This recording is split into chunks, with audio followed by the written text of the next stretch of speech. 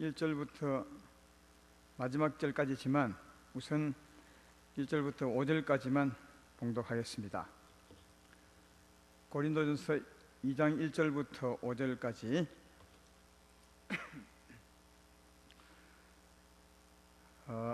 2장 1절 형제들아 내가 너에게 나아가 하나님의 증거를 전할 때에 말과 지혜의 아름다운 것으로 아니하였나니 내가 너희 중에서 예수 그리스도와 그가 십자가에 못 박히신 것 외에는 아무것도 알지 아니하기로 작정하였습니다.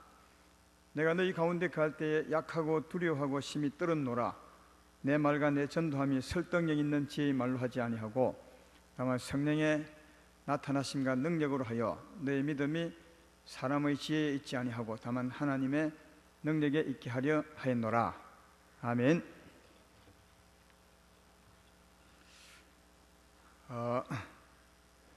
오늘 고린도전서 강의 네 번째 시간이죠. 사람의 지혜로 아니하고 성령께서 가르치신 대로,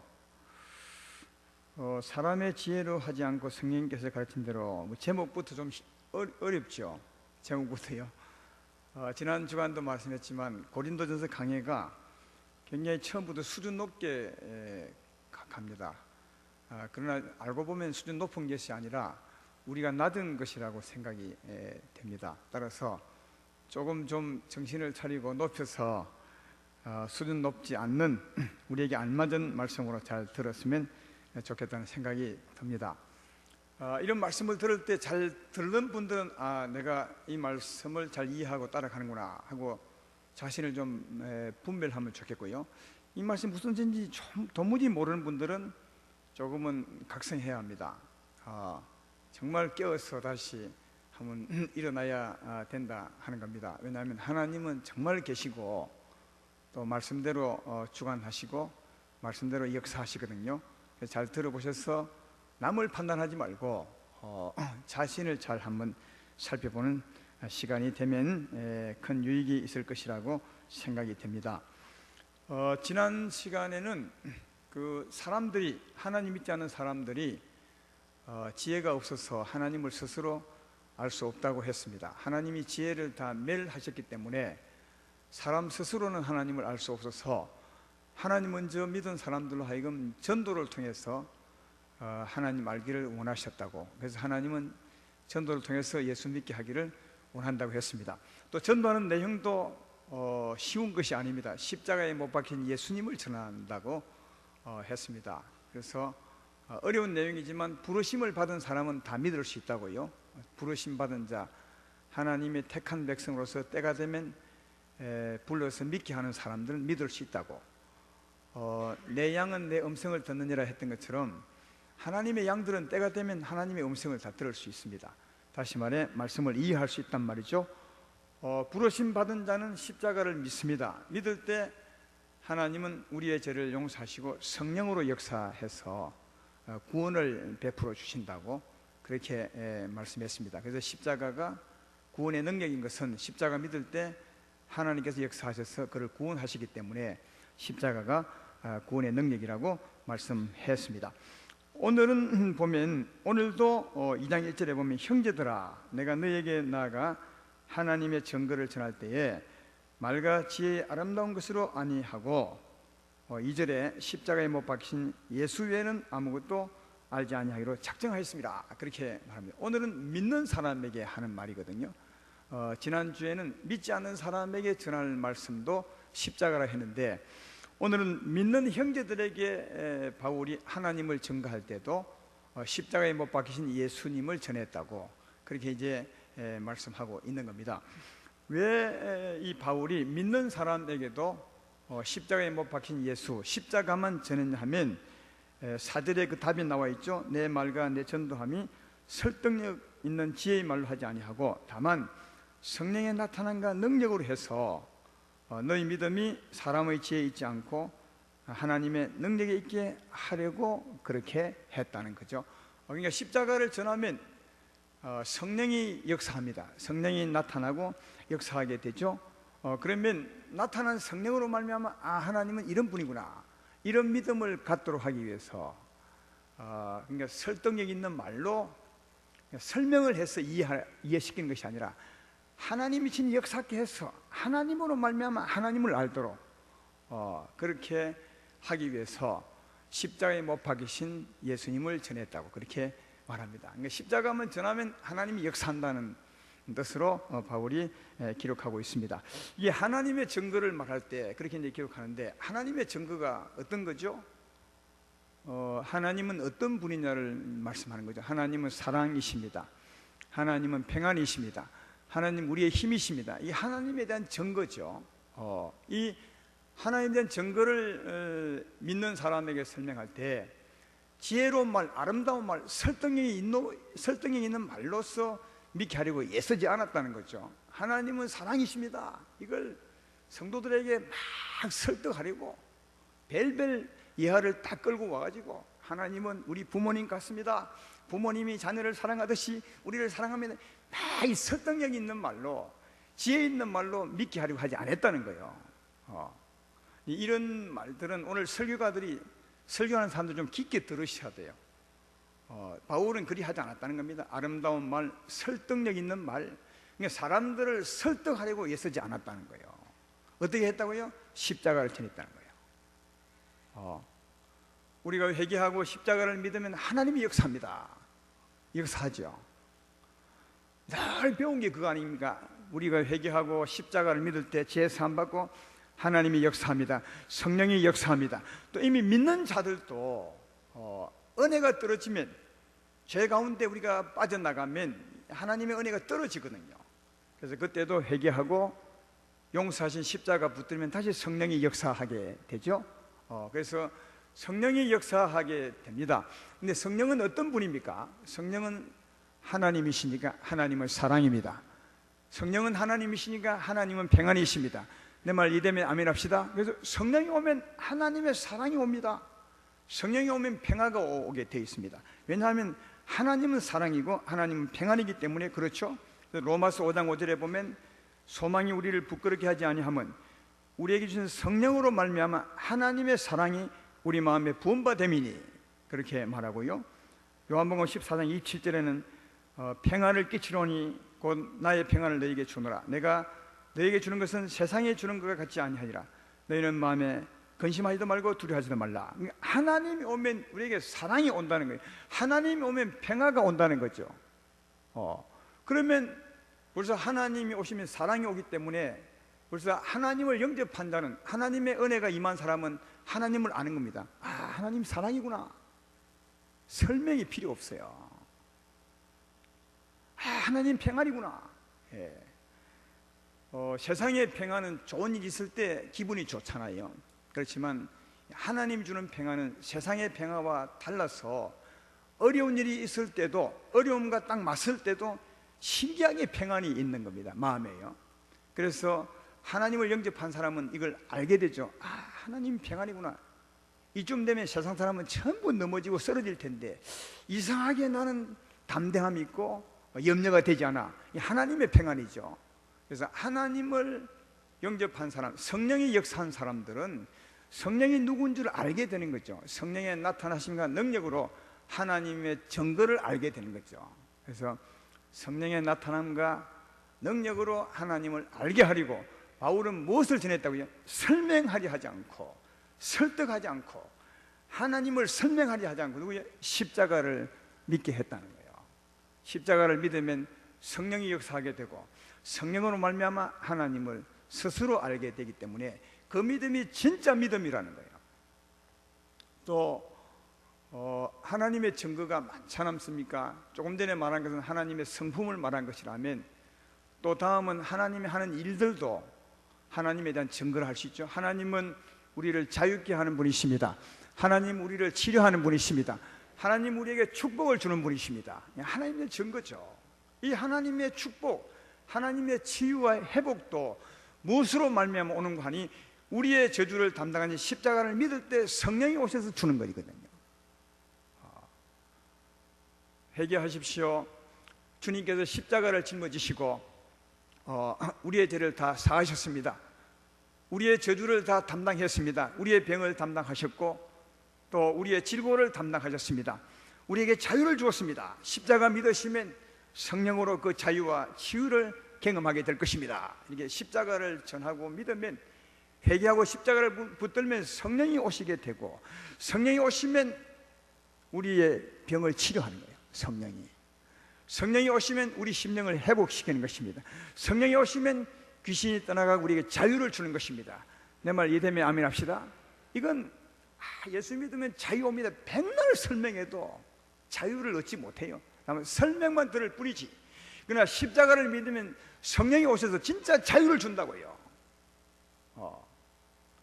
성령의 나타나심과 능력으로 했던 것은, 성령의 나타나심과 능력으로 말미암아 너희 믿음이 하나님으로 말미암아 주어진 믿음을 갖게 하기 위해서 그렇게 했다, 그렇게 말하고 있습니다. 이 믿음이 진짜 믿음이라고요.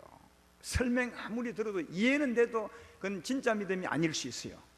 하나님이 오셔서 내게 친히 증거해 주시고, 하나님이 오셔서 나를 친히 자유케 하고 치료한다면, 하나님의 나타남으로 받은 그 믿음은 분명하고, 이것은 내가 경험한 것이기 때문에 참 믿음이 된다는 사실을 알 수가 있다 하는 겁니다. 그래서 바울은 여기만 그런 것이 아니라 다른 곳에도 보면, 갈라디아서도 보면 자기는 십자가에 못 박히신 예수 외에는 자랑할 것이 없다. 나는 십자가에 매달리신 예수님만 증거하기를 바라노라, 그렇게 말하면서 안 믿는 자 전도할 때도 십자가를 전했을 뿐 아니라 믿는 사람에게도 십자가 위에 달리신 예수님을 전하고 있는, 또 예수만을 전하는 사도 바울을 발견해서 볼 수 있고, 또 그래서 사도 바울은 우리 성도님들에게, 오늘날 우리에게도 너희들도 십자가를 듣고 그로 말미암아 믿었던 너희들도 십자가만 알기를 원하노라, 이렇게 원하고 있음을 볼 수 있습니다. 사실 2절 같은 말씀이 그런 말씀이죠. 2절을 보면 내가 너희 중에서 예수 그리스도와 그가 십자가에 못 박히신 것 외에는 아무것도 알지 않기로 작정하였습니다. 이 말이 조금 표현이 잘못된 거예요. 이게 너희 중에서니까 너희들도, 이 말이에요. 너희들도, 나의 가르침을 받는 너희들도 십자가만 알기를 원하노라, 이런 뜻이죠.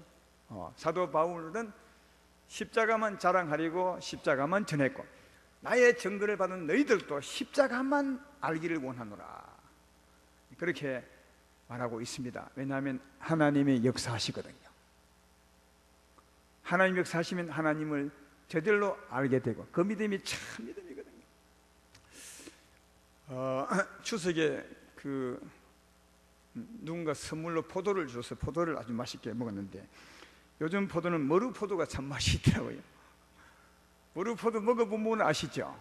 안 먹어본 분은 잘 모를 건데, 머루포도, 예를 들어서 누군가가 머루포도에 대해서 설명을 쫙 한다고 해봅시다. 색깔은 진한 보라색이고 크기는 얼마만하고 먹으면 단맛과 신맛이 섞였고 약간 보통 포도보다는 약간 좋은 맛이 나느니라, 이렇게 설명을 해도 들으면 그렇구나, 머루포도는 그런 맛이구나, 이렇게는 하겠죠. 그러나 그 사람이 그런 설명을 듣지 않는다고 할지라도 머루포도를 직접 먹어보면 어떻겠습니까? 먹어보면 금방 아는 거죠. 그러면 설명 듣고 믿는 믿음이 진짜 머루포도를 잘 아는 믿음이겠습니까? 아니면 설명 안 듣고도 그냥 먹어본 믿음이 진짜 머루포도를 잘 아는 믿음이겠어요? 그럼 비교가 안 되는 거예요. 설명은 아무리 들어도 뭐 영양소가 어떠느니 해도 다 알아도 그건 알지라도 설명은 설명일 뿐이요. 내가 먹어본 것도 아니고 내 살과 피가 되는 것도 아닙니다. 그러니까 그건 엉터리예요. 그러니까 설명 들은 것은 참 믿음이라 할 수 없어요. 그러나 설명 듣지 못한다 해도 하나 먹어보면 이거구나, 좀 가방끈이 딸려서 이 맛을 표현하지 못한데도 그건 아는 겁니다. 다만 표현을 못할 뿐이지 이미 몸은 알고 있는 것이고, 또 포도를 먹었으니까 살이 되고 피가 된 것입니다. 그것이 진짜 그 머루포도를 아는 사람이라고요. 설명 안 해도. 오늘 말씀을 그 비유로 설명해 줄 수 있어요. 바울은 설명하려고 애쓰지 않았다는 거예요. 설득하려고 애쓰지 않았다. 왜냐하면 그건 의미가 없는 것이다. 다만 십자가를 믿게 함으로 머루포도를 먹은 것처럼 실제로 하나님을 하나님의 능력을 경험하게 했다. 경험하면 하나님을 설명할 수 없어도, 좀 무식해서 내가 설명할 수 없고 증가할 수 없어도 하나님 이미 경험한 것이고, 그것이 진짜 믿음이고 그 영혼의 살이 되고 피가 된 것임을 알 수가 있다. 그래서 바울은 하나님을 친히 경험케 한 그 믿음을 갖기 원했지 설명 듣고 하나님을 알기 원하지 않았다는 거예요. 그래서 바울은 십자가를 전하기 원했습니다. 오늘날 가장 부족한 것이 이 십자가 같아요. 설교하는 사람도 다 설명합니다. 막 설득력 있는 설교를 준비하죠. 어찌하면 성도들이 이 이해를 잘 하게 만들까? 무슨 예화를 가져올까? 성경책을 뒤지고, 성경책을 뒤지면 좀 낫네요. 뭐 다른 책을 뒤지고 인터넷을 찾고 막 좋은 예화를, 좋은 말을 다 끌어와서 하나님이 사랑이심을 설명하죠. 그건 의미가 별로 없다는 거예요. 설명 듣고 금방 잊어먹습니다. 바울은 그리하지 않았다. 근데 오늘날 대부분의 설교가들은 다 나를 포함해서 다 그렇게 설교하지 않느냐, 그것입니다. 십자가는 없고 설득력만 있지 않나, 아름다운 말만 있지 않나, 건져면 헛것이라는 거예요. 그 설명으로 주님을 믿는 것이 아니라는 거예요. 주님이 친히 역사해야 역사하신 주님으로 말미암아 주님을 알 수 있다는 거예요. 그것은 십자가 외에는 없다는 겁니다. 그래서 나는 십자가만 전하노라, 너희도 십자가만 알기를 원하노라, 그렇게 말씀하고 있습니다. 따라서 성도 여러분들도, 목사인 나도 크게 들으셔서, 그래도 우리 교회는 십자가 많이 전합니다. 정말 크게 들으셔서 십자가를 믿고 십자가를 붙드는 사람에게 역사하시는 성령으로 하나님을 믿고 성령으로 은혜를 경험하고 성령으로 하나님을 믿는 살아있는 여러분 되기를 주의 이름으로 축원합니다. 그런데 우리가 살아가려면, 하나님의 자녀, 하나님 백성으로 살아가려면 능력만 있다고 되는 것이 아닙니다. 치유받았고 또 자유를 얻고 힘을 얻고 이것만 있어서 되는 것이 아니라, 그 힘이 있다면, 그런 은혜를 경험했다면, 그런 은혜로 하나님을 믿었다면, 그럼 어떻게 살아야 될 것인가 하는 하나님의 뜻, 그죠? 하나님의 길도 알아야 온전할 수 있는 거죠. 그러면 우리가 하나님의 힘, 은혜로 앞으로 살아갈 때 그 뜻은 어떻게 우리가 얻을 수 있는가 하는 것이 그 뒤에 있는 겁니다. 한번 자 읽어보세요. 6절부터 7절까지 읽어보겠습니다.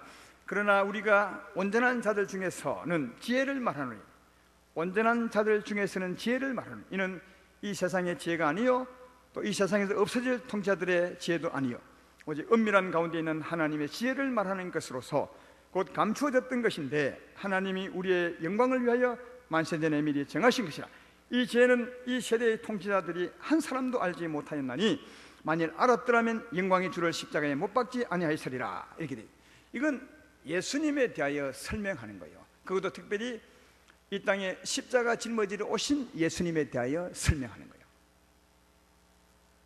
십자가 지러 온 그 예수님은 하나님이 모르게 했다는 거예요. 사람들로 하여금 전혀 그 사람이 누군 줄을 모르게 했다는 거예요. 만세 전부터 감추어버려서. 이게 정말 맞는 것 같아요. 예수님이 이 땅에 오셔서 얼마나 대단한 일을 했습니까? 죽은 자를 살리고 소경의 눈을 뜨게 하고 귀신을 쫓아내고 파도를 잔잔케 하고 대단한 일을 했다면, 사람들이 제대로 눈만 열렸어도, 아니 눈이 안 열리고 한쪽 눈만 열렸어도, 야, 저분은 하나님이 아들이구나 금방 알 거 아니겠어요? 아무도 몰랐어요. 왜? 하나님 모르게 했다는 거예요. 그러니까 사람이 아무리 머리 좋고 알려고 해도 하나님이 딱 다 덮어버리면 알 수 없어요. 보고도 모르는 겁니다. 귀신들은 알아봤는데, 귀신들은 귀신같이 예수님을 알아봤는데 사람들은 아무도 몰라. 왜? 하나님이 눈을 막아버렸다. 왜 눈을 막아버렸다고요? 여러분, 사람들이 예수님을 메시아라고 알면 누가 예수님을 죽이겠냐고요. 예수님이 하나님의 아들임을 알면 누가 예수님을 십자가에 못 박겠냐고요. 십자가에 못 박지 못하면 누가 우리의 죄를 대신 짊어질 수 있겠어요? 그리고 그가 죽지 못하면 어떻게 우리를 구원할 수 있겠어요? 하나님께서. 그래서 하나님께서 예수님을 성공적으로 죽게 하시려고 성경의 말씀대로 사람들에게 잡혀서, 그래서 관원들에게 잡혀서 성공적으로 죽게 하시려고 아무도 예수님을 모르게 했다는 거예요. 감췄다는 거예요. 그게 하나님의 지혜라는 거예요. 감춰버리다. 그래서 예수님이 이 땅에 계실 때는 아무도 그가 하나님의 아들인지는 몰랐어요. 예수님의 제자들조차도 십자가에 달릴 때 다 도망갔어요. 십자가 달릴 때. 이 말은 몰랐다는 말이거든요. 3년 동안 따라다녔던 예수의 제자들도 다 몰랐습니다. 다 떠나고 도망가고 고기 잡으러 가고 그랬어요. 왜냐? 하나님이 완벽하게 감추어 버렸어요. 아무도 몰랐다는 거예요. 왜? 알았으면 영광의 주를 누가 십자가에 못 박혔느냐? 못 박혀야 우리를 구원하시는데 누가 못 박혔냐? 그것이. 그래서 하나님이 못 박힐 수 있도록 감추어 버렸다. 그런데 어떻게 그 예수님을 우리의 구주로 알 수 있느냐? 그 다음에 보면 9절 10절을 보면 알 수 있죠. 하나님이 자기를 사랑하는 자들을 위하여 예비하신 모든 것은 눈으로 보지 못하고 귀로 듣지 못하고 사람의 마음으로 생각하지도 못하였던 것 같으니라. 오직 하나님의 성령으로 이것을 우리에게 보이셨으니 성령은 모든 것 하나님의 깊은 것까지 또 통달하시느니라. 할렐루야, 할렐루야. 어떻게 안다고? 성령으로 알 수 있다는 거예요. 하나님이 그렇게 했다는 거예요. 성령으로.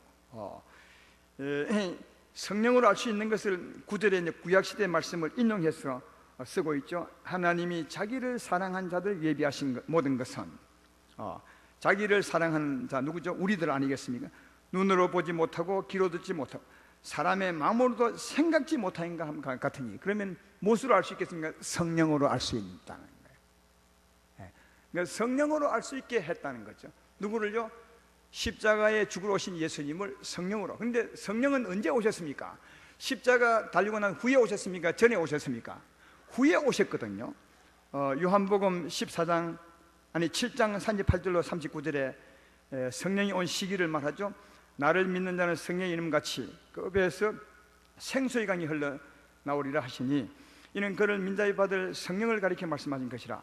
가로 열고 예수께서 아직 영광을 받지 않으셨으므로 성령이 아직 그들에게 계시지 아니하더라. 가로 닫고. 그러니까 십자가 죽기 전에는 성령이 안 오신 거예요. 그러니까 성령이 오지 않았으니까 십자가 죽기 전에는 아무도 주님을 몰랐죠. 근데 성령이 오시고 난 후에, 십자가 돌아가시고 난 후에 성령이 오셨어요. 그 성령으로 십자가에 죽었던 예수님을 알게 되었다는 거예요. 이해가 되십니까? 그러니까 여러분, 십자가 짊어지기 전에는 이 세상 사람 중에는 예수님을 메시아로 아는 사람이 없었어요. 거의 눈치는 대강 차렸겠지만 뭐 없었습니다. 근데 언제 알았다고요? 돌아가시고 난 후에 성령으로 그때 오신 분을 알게 했다고 그렇게 말씀하고 있다. 그래서 지금 오늘날 십자가 후에 우리들이 성령으로 그때 예수님을 아는 거예요. 그때 예수님이 하나님의 아들이었고 사람 뒤에 오셨고 우리 위해서 십자가 못 박혀 죽으셨구나, 이렇게 잘 또 믿는 것은 성령으로 말미암아 하나님이 알도록 했다. 누구에게? 하나님이 자기를 사랑하는 백성들에게 그렇게 알게 했다. 그러니까 성령으로 알게 된 것은 거기 보면 그 9절에 보면 하나님이 자기를 사랑하는 자들을 위하여, 그러니까 예비하셨다, 그렇게 말씀하죠. 성령을 받은 사람은 하나님을 사랑한 자이고 그들을 위해서 하나님이 성령을 예비하사 메시아 구주를 알고 믿게 했다는 것을 잘 발견해 볼 수가 있습니다. 그러면 어떻게 성령으로 하나님의 일을 잘 알 수 있는가? 11절 12절을 보면 알 수 있죠. 사람의 일을 사람 속에 있는 영외에는 누가 알리요? 이와 같이 하나님의 일도 하나님의 영외에는 아무도 알지 못하느니라. 우리가 세상의 영을 받지 아니하고 오직 하나님으로부터 온 영을 받았으니 이는 우리로 하여금 하나님께서 은혜로 주신 우리에게 은혜로 주신 것들을 알게 하려 하심이라. 여러분의 마음은 누가 제일 잘 알겠어요? 여러분이 지금 무슨 생각하고 있고 어떤 마음 품고 있는 건 누가 잘 알겠어요? 여러분이 잘 알지.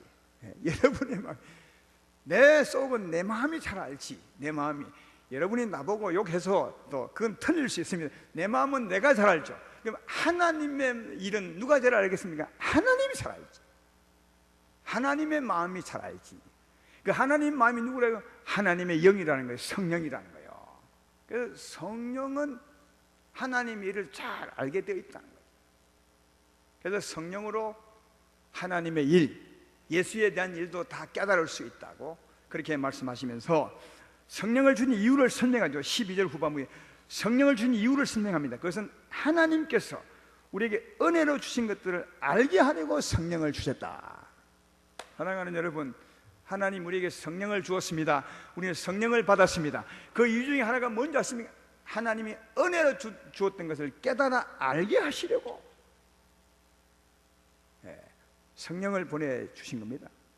은혜로 주신 것들은 성령으로 깨달아 알 수 있다는 사실을 알 수 있죠. 그 외에는 알 길이 없는 거예요. 그럼 은혜로 준 것들이 뭐죠, 여러분? 하나님이 은혜로 준 것이 뭡니까? 하나님이 은혜 준 것은 하나님이 예수로 말미암아 준 은혜를 말하는 거죠. 하나님이 예수로 말미암아 우리 죄를 담당하고 난 후에 우리에게 죄를 용서하시고 우리에게 자유를 주시고 우리를 치유하시고 하나님을 보내주셨어요. 우리의 힘이 되게 하시고, 이게 다 하나님이 예수로 말미암아 준 은혜들이요.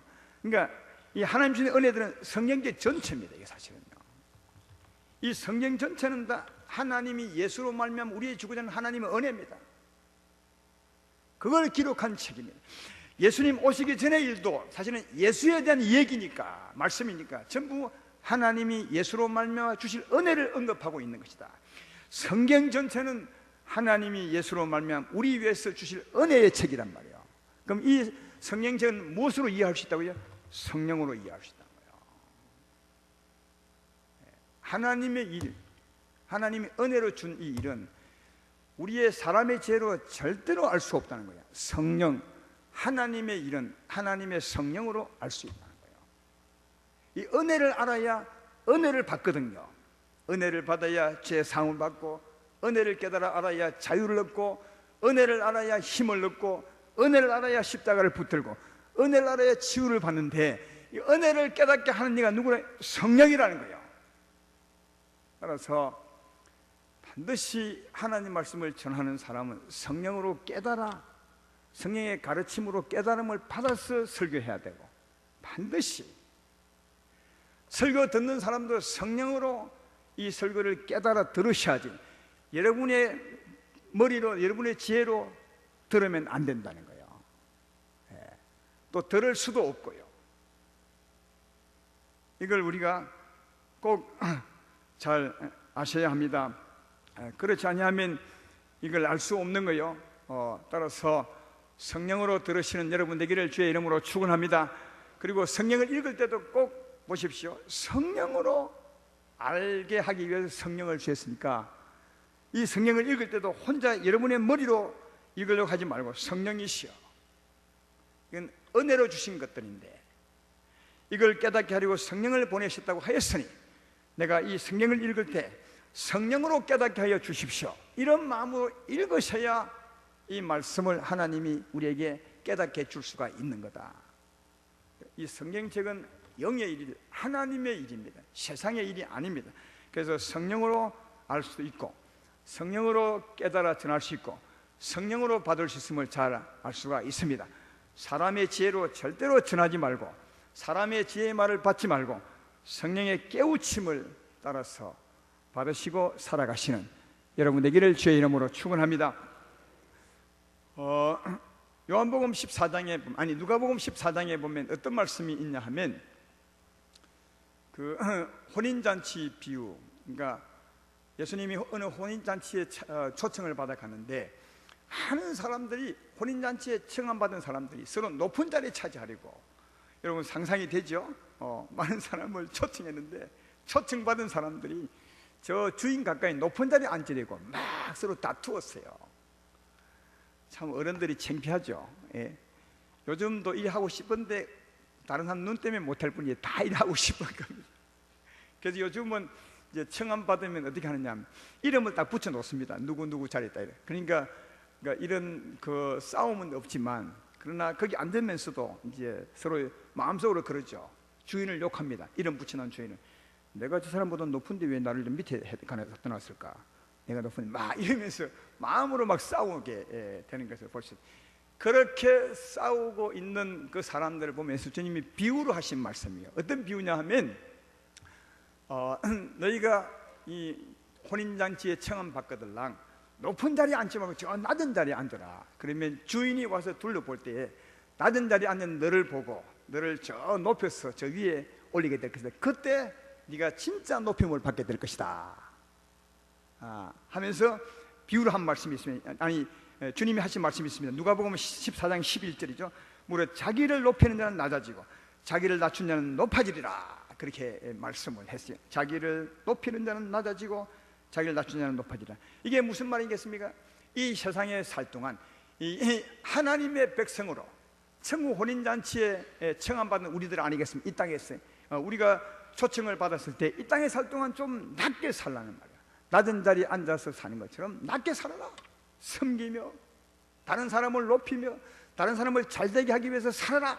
다시 말해 낮은 위치에서 살아라. 그러면 언젠가 하나님이 오실 때 그날에 너희를 높이게 될 것일 때 그때 진짜 너희가 높아지게 될 것이다. 그 말씀을 한 거예요. 그런데 결론적으로 무릇 자기를 높이는 자는 낮아지고 자기를 낮춘 자는 높아지리라. 이 세상에 살 때 자기를 높이는 자는 틀림없이 그날에 낮아지게 될 것이고 이 땅에서 자기를 낮추는 사람은 그날에 높아지게 될 것이다.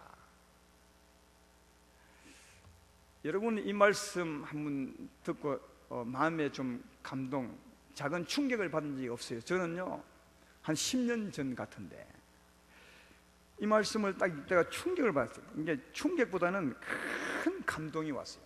보통 읽을 때 아 그렇구나 이런 차원이 아니고요, 마음에 하나님이 막 말씀하는 것 같아요. 물론 이 땅에 사는 동안 너를 낮추면 네가 복이 있고 너를 높이면 네가 나에게 될 것이다. 이 말씀을 하나님이 확 하는 것 같아요. 정말요. 굉장히 색다른 느낌으로 이 말씀을 받았어요.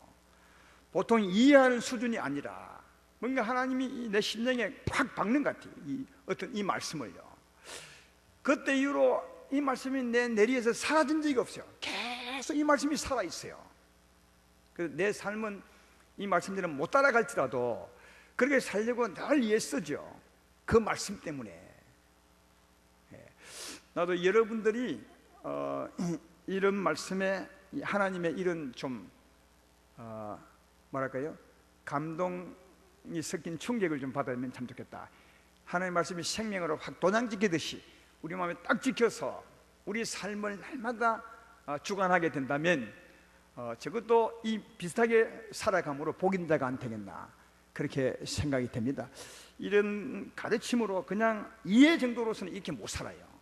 이해 정도로는 하나님이 내 심령에 확 뭐랄까 찍어줘야, 인을 쳐줘야, 나는 하나님의 큰 감동을 받아야 이 말씀이 내게 살아있어서 삶 현장에서 나를 늘 이렇게 살도록 만들 수 있다고 생각이 되거든요. 여러분도 이런 말씀이 아니라 진짜 복 있는 말씀에 이런 작은 충격을 받아서 여러분의 삶이 이 말씀의 지배를 받고 살아가는 그런 자가 되었으면, 또 그런 경험을 하면 참 좋겠다는 그런 생각이 듭니다. 그런 복 있는 여러분 되기를 주의 이름으로 축원합니다. 근데 이런 말씀을 세상 사람들이 이해하겠냐고요. 무릇 자기를 높인 자는 낮아지고 자기를 낮춘 자는 높아지리라. 이런 말씀은 세상 사람들이 이해하겠습니까? 우리는 이해가 되죠. 성령의 은혜로 성령이 깨우쳐지니까 이해가 돼요. 아, 이 땅에서 낮게 살면, 사랑하며 살면 언젠가 하나님이 높이겠구나, 이해가 되잖아요. 이거 이해 안 되는 분 있으십니까? 이해 안 되는 분은 성령으로 이해하지 못한 겁니다. 예. 근데 성령이 없는 세상은 사람들은 이 이해 절대로 못해요. 아마 이분들은 그럴걸요. 어떻게 높이는데 낮아지고 자기를 낮추는데 높아지냐, 무슨 이런 말이 있어. 자기를 높여야 높아지지. 그러니까 하나님이 없는 분들은 이 이해가 안 되는 거예요. 하나님이 있다면 이 땅에 낮게 살 때 하나님이 높일 것이다, 이해가 되잖아요. 사랑하는 자, 섬기는 자 언젠가 주님이 높일 것이다, 이해가 되지만 하나님이 없는 자들은 이 이해가 안 돼요. 그러니까 하나님이 없는 사람들은 이런 말씀이 이해가 되지 않기 때문에 어떻게 자기를 낮추는 데 높아져, 낮추면 낮아지지, 예? 높이는 자가 높아질 거 아니냐, 이렇게 얘기한단 말이에요. 이 말씀을 이해 못하고. 그래서 세상 사람들의 삶을 보시면 전부 자기를 높이려고 애씁니다. 혼인잔치에 칭함받았던 사람들도 서로 높은 자리에 앉으려고. 왜? 그러면 높아진다고 생각하는 거죠. 자기를 높이려고 애쓰는 게 세상 사람들의 삶이에요. 국회의원 되면 그 다음 장관들이 하고 장관이 높나요? 국회의원 높나요? 잘 모르겠지만 하여튼 시의원부터 해야 돼요. 시의원 되면 구의원부터 해야 돼요. 구의원 되면 시의원 되고, 시의원 되면 도의원 되고, 다 이해 가잖아요. 대통령까지 말이야. 대통령이 되고 나면 뭐 할지 모르겠지만 자기를 높이면 높아진다고 생각하기 때문에 그렇게 사는 거예요. 그런데 예수 믿는 사람들이 이 말씀들은 낮게 살면요, 그 사람들이 말은 합니다. 훌륭하다고. 그러나 속은 절대로 안 그렇습니다. 속은 덩신 같은 놈들을 향합니다. 바보라고 말합니다. 저 바보라. 그러나 겉으로 표현은 절대로 그래 안 합니다. 왜? 배웠거든요. 낮게 사는 게 좋은 것은 많이 들었거든요. 자기는 그래 안 살면서. 그래서 말은 훌륭합니다. 목사님 훌륭합니다. 하지만 속으로는 덩신 같은 놈들. 이해를 못하는 거예요. 여러분, 그렇게 하는 것을 알 수 있는 것은 그게 자기들이 옳다고 생각하면 왜 그분들은 그렇게 안 삽니까? 목사님 훌륭합니다. 그게 자기의 마음이고 자기도 그렇게 원한다면 왜 자꾸 높아지려 합니까? 그렇죠? 그러니까 말하고 속의 말은 마음은 틀린 겁니다. 그래서 우리들 그런 삶을 사는 것을 보면 겉으로는 훌륭하다 하지만 속으로는 바보 같은 사람, 미련하다고 말합니다. 우리는 이 말씀이 이해되는데 성령으로 깨달아 주었기 때문에 그분들은 절대로 이해하지 못하고 미련하다 하는 거죠. 오늘 13절 말씀이 그런 뜻 아니겠습니까? 우리가 이것을 말하거니와 사람의 지혜가 가르친 말로 아니하고 오직 성령께서 가르친 것으로 하니 영적인 일은 영적인 것으로 분별하니라. 14절에 육에 속한 사람은 하나님의 성령의 일들을 받지 아니하나니 이는 그것들이 그에게는 어리석게 보이며 또 그는 그것들을 알 수도 없나니 그러한 일은 영적으로 분별되기 때문이라. 그러니까 이런 하나님의 말씀, 이 차원 높은 영의 세계의 말씀은 성령으로 말미암아 분별하고 이해가 되는 거예요. 세상 사람은 이해가 안 되는 겁니다. 그래서 이런 말들을 가지고 사는 사람들을 미련하다고 말해요. 겉으로 말은 좋게 표현해요. 속으로는 병신 같은 사람, 미련하다고 한다. 왜? 이 말씀을 이해를 못하는 거죠. 그러면 생각을 해봅시다. 그분들의 말이 맞나 우리의 말이 맞나요? 저는요 세상 사람들이 자기를 자꾸 높이고 하나님 없는 사람들이 높이면 높아지리라 하는 사람들이 보면 다 보여요. 그의 삶이 너는 틀림없이 지옥 갈 거다 보여요. 예. 여러분은 안 보여요? 저는 바로 보입니다. 예. 이게 이게 판단이 틀린 것입니까? 맞습니다.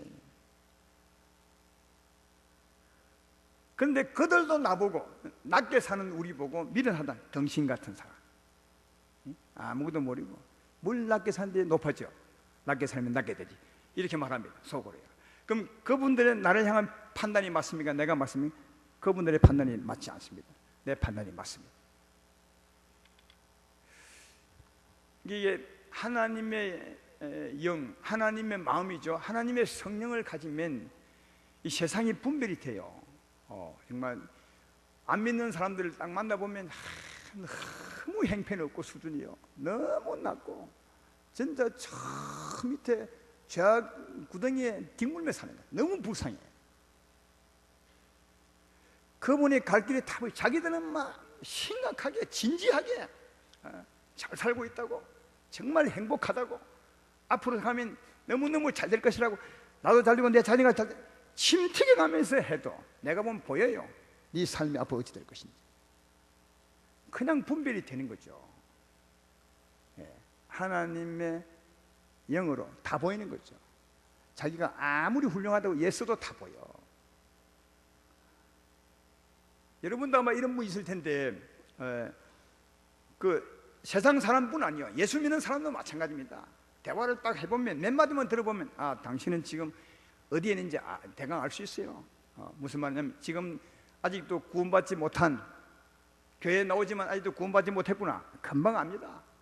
그리고 구원받았지만 이제 겨우 홍해를 건넜구나, 아니면 아직도 애굽 땅에 있구나, 이 금방 알죠. 말 들어보면 금방 분별이 돼. 이 사람은 요단을 건넜구나, 은혜롭게 살고 있구나, 금방 알죠. 그렇죠. 왜 금방 알지 않습니까? 하나님의 영을 가졌기 때문에 분별이 금방 돼요. 근데 그 사람들도 사람이니까, 또 트인 입이 있으니까 그런 우리에게 말하겠죠. 아이고, 예수 믿다고 당신이 잘 될 것 같아, 안 될 거야, 하죠. 그러면 그 사람들도 우리에게 좋은 평하지 않고, 우리는 알고도 말 안 하지만 그 사람들은 주로 말 잘 하잖아요. 좋은 말 안 하거든요, 세상 사람들이. 그러면 그분들이 우리 향한 판단이 맞습니까? 안 맞습니다. 그러니까 그분들이 아무리 말해도 그 판단은 틀린 것이기 때문에 우리는 그 사람들의 판단을 받지 않습니다. 아무리 말해도 그 판단들은 안 되는 거거든요. 그냥 우리의 말은 맞습니다. 왜? 틀림없이 그렇게 될 것이니까요. 이게 이러면 차원 문제예요. 하나님의 마음으로 판단하는 것과 세상의 저 밑에 있는 그 죄의 마음으로 보는 것과는 천지 차이예요. 그분들이 우리를 판단하지만 우리는 그 판단이 틀리기 때문에 판단받지 않는 것이고, 우리의 판단은 맞기 때문에 우리는 판단할 수 있는 거예요. 그 말씀이 15절 16절 말씀이에요. 신령한 자는 모든 것을 판단하나 자기는 아무에게도 판단을 받지 아니하느니라.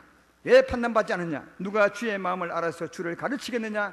그러나 우리가 그리스도의 마음을 가졌느니라. 우리 하나님 마음을 가졌어요. 하나님 마음으로 보는 거예요. 성령으로 보는 거예요. 제 말 이대면 아멘 합시다. 성령 하나님 마음으로 보니까 다 보여. 어떻게 될지 이 판단은 너무너무 정확한 거예요. 너무너무 정확해. 그래서 우리는 판단할 수 있지만 그 사람들의 판단은 다 틀려. 다 하나도 맞는 게 없어. 그래서 그분들이 아무리 욕해도 우리는 그 욕대로 판단을 받지 않는 거다. 신령한 사람은 모든 사람을 판단할 수 있어도 어떤 누구의 판단도 받지 않은 것이다. 왜냐하면 우리가 하나님의 마음을 가지기 때문에. 사랑하는 여러분 하나님이 누구한테 판단받습니까? 왜? 하나님 뜻대로 하는데, 하나님 마음대로 이 세상을 주관하는데 하나님의 마음을 가지고 판단하는 것은 판단받지 않는다는 거예요. 그래서 사랑하는 여러분, 하나님의 영을 가진 우리들 아니겠습니까? 세상이 다 보여. 그러나 그 판단은 맞습니다. 그러나 다만 불쌍히 여김으로 사랑함으로 말하지 않았을 뿐이죠. 세상 사람들은 막 이렇게 여러분 말하지만 그 판단은 다 틀리기 때문에 우리는 판단받지 않습니다. 하나님의 마음을 가졌으니까 누가 우리를 판단하겠습니까? 다만 하나님만이 가진 우리들이 판단할 수 있다. 하나님의 성령을 가진 것이 대단한 겁니다.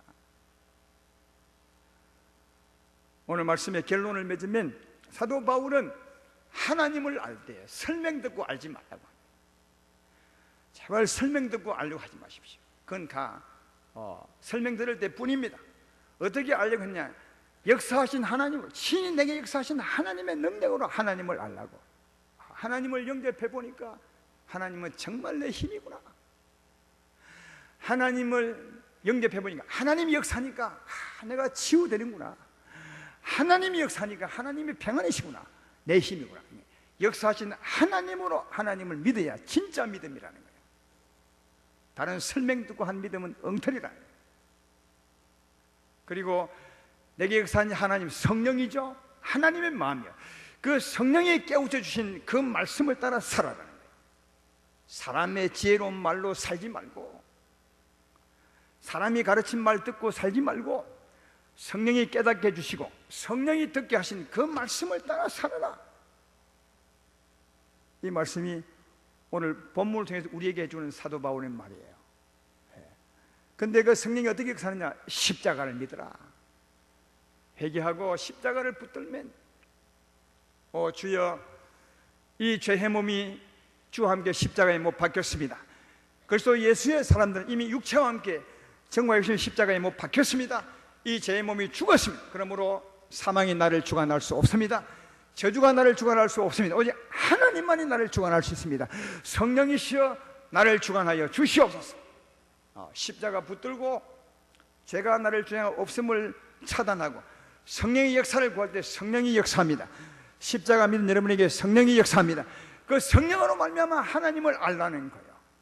하나님의 자유를 얻고 하나님의 은혜를 경험하고, 그리고 성령이 가르친 대로 살라는 거예요. 그래 그것이 바르게 사는 것이라고 말합니다. 예수 믿지 않는 사람에게도 십자가를 전할 때 성령이 역사하사 그 성령이 구원하시고, 예수 믿는 우리에게도 십자가 붙들 때 성령이 역사함으로 성령으로 말미암아 믿음을 가지고 성령이 깨우친 바대로 사는 게, 그게 옳은 삶이라고 우리에게 바울은 말씀해주고 있으니, 아니 성령의 음성이니 이 음성을 크게 들으시고 여러분과 함께 하시는 그 주님을 의식하고 살아가는 여러분 되기를 주의 이름으로 축원합니다.